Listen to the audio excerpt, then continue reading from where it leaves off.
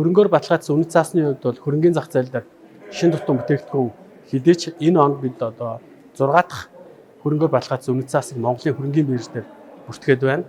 За ленд эмээний хувьд бол онцлогтой.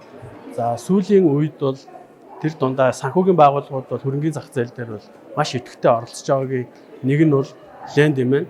За ленд эмээний хувьд бол яг финтек дээр суурилсан бас энэ зээлийн үйлчилгээг олгодгоор онцлог байгаа.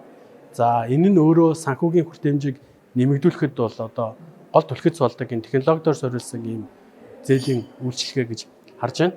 За иргэд тэр дундаа бас яг энэ технологиор суурилсан компаниуд руу сүүлийн одоо жилүүдэд бол хөрөнгөний зах зээл дамжуулж хөрөнгө оруулалт нэмэгдүүлэхийн хандлага нь бол бас нэмэгдэж байна гэж харж байна.